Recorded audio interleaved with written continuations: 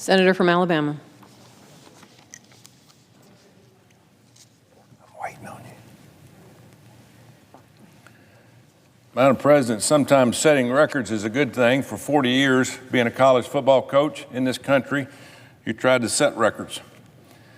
But the records this current administration has been breaking aren't exactly worth celebrating. For example, we're seeing record crime and record prices increases. President Biden even threw a big party last week at the White House to celebrate high record prices. The same day our record market losses in the market.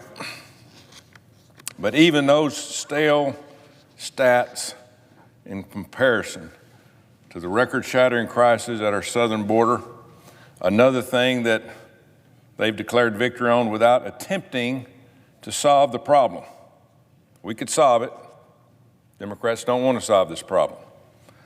I guess they'd rather listen to James Taylor on the White House lawn, but the people of Alabama hadn't forgotten what's going on at the southern border because we're seeing the same influx in our state. So let's look at back in the 2 years of record breaking that we've seen since the Biden border crisis began, and the solutions the Democrats refused to fix the problem.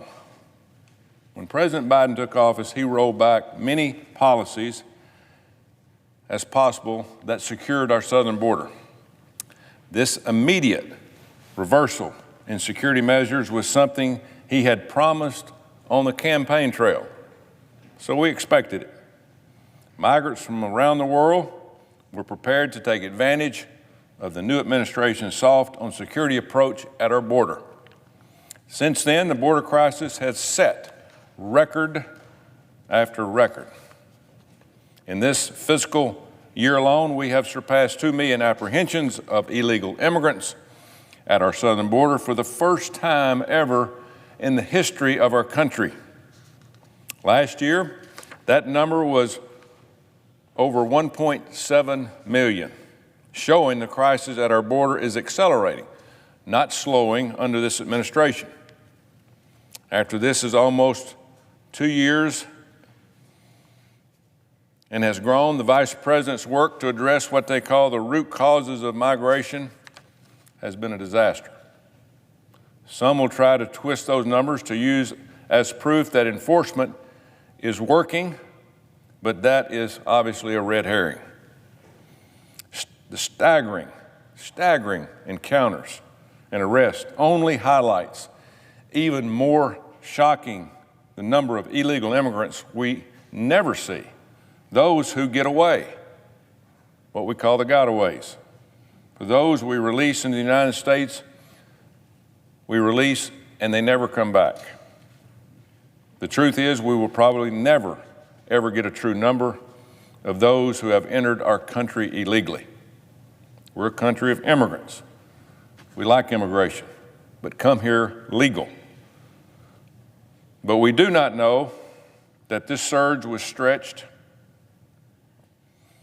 and the resources have been thin ever since the border has been open.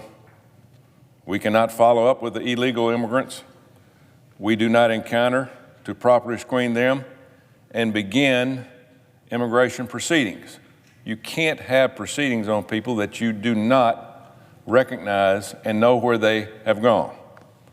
Almost 1/3 of illegal immigrants processed in the time immediately after Biden took office, 1/3, have never returned for their check-in with officials as called by law, meaning we have no idea where these people are at, and they had no intention of coming back checking in.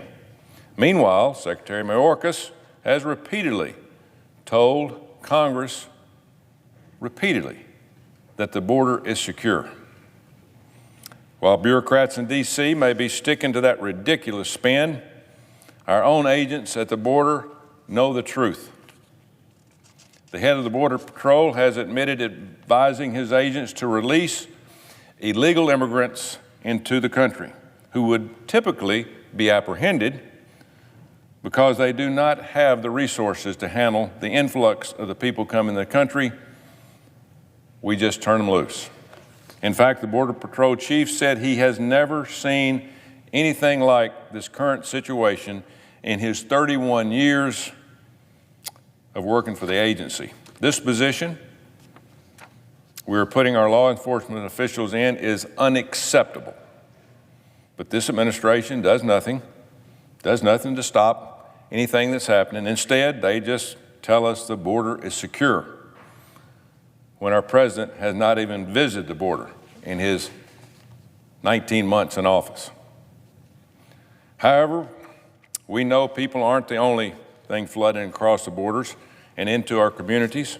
Unthinkable amounts of deadly fentanyl and other drugs are being smuggled into this country every single day. Drug cartels are more emboldened than ever to send as many deadly drugs as possible to the border because they know they can take advantage of the crisis that has been unfolding here for 2 years.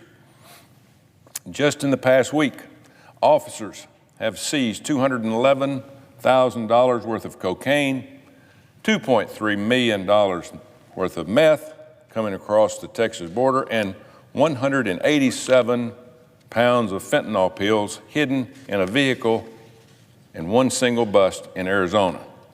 To put that in perspective, that's enough fentanyl to kill more than 42 million people, nearly 10 times the population of my state of Alabama. And that's what our Border Patrol agents have stopped. Imagine what's gone undetected through this new open border policy. More than 71,000 Americans died so far this year of fentanyl overdoses. 71,000. That's 195 people a day in this country that are dying because we refuse to stop the fentanyl from coming into our country. And along with that, the drug cartels are becoming more and more rich and more entailed to do exactly what they want to do. It's yet another problem Democrats refuse to discuss or address out of fear of backlash from the radical, open-bordered ideologues running this administration and its immigration policies. Somebody's got control of this. One day we'll find out. But Democrats are quick to call out the problem when it ends up on their front porch. Mayors in New York, Chicago, and right here in D.C. have cried foul and even declared an emergency when the border crisis was delivered here to this city and others. They have no problem ignoring, excusing, and misrepresenting the facts of the crisis when it's hitting small towns far away in Texas, Arizona, and their southern neighbors. But when those illegal immigrants streaming across the border become the problems of theirs, they suddenly see an emergency. But who do they blame? Obviously, it's the Republicans, not the leader of their party. President Biden has created this mess. They blame local and state leaders who are drowning in a humanitarian crisis that the Democrats are making every day and refusing to stop. Even as news reports how his own DHS planned to ship illegal immigrants to sanctuary cities across the country, President Biden condemns Republican leaders for doing the same. It's hypocrisy at its highest degree. What's worse is their refusal to fix the problem, even though they're well aware of the steps that could be taken to secure the border. First and foremost, finish the wall that they have stopped building. Although the wall itself will not solve everything, it could certainly help address the number of people that get away, a number averaging 1,000 per week in some locations. Secondly, fully reinstate the wildly successful migrant protection protocols, which require individuals awaiting asylum proceedings to wait in Mexico, not come over in the United States and wait in New Mexico, and let's go through your your process. If people know they will not be allowed in the United States, they will not make the journey to our border knowing that they'll have to wait. As of last week, we had accepted into this country people from 180 different countries. That's a long travel if you know that you may not get in. And lastly, Democrats could do much better job of supporting law enforcement to address human smuggling and trafficking efforts at the border. As long as the border is wide open, cartels will take advantage of the situation. They're making billions of dollars a year by moving people, drugs into the United States, and it's getting worse every day. Americans are dying. Cities are being overrun. Criminals are getting rich. Those are the consequences of President Biden's border crisis. Those are the problems that our Democrat colleagues have to fix. While President Biden and Democrats celebrate the White House with celebrities, Americans are suffering because of these failures.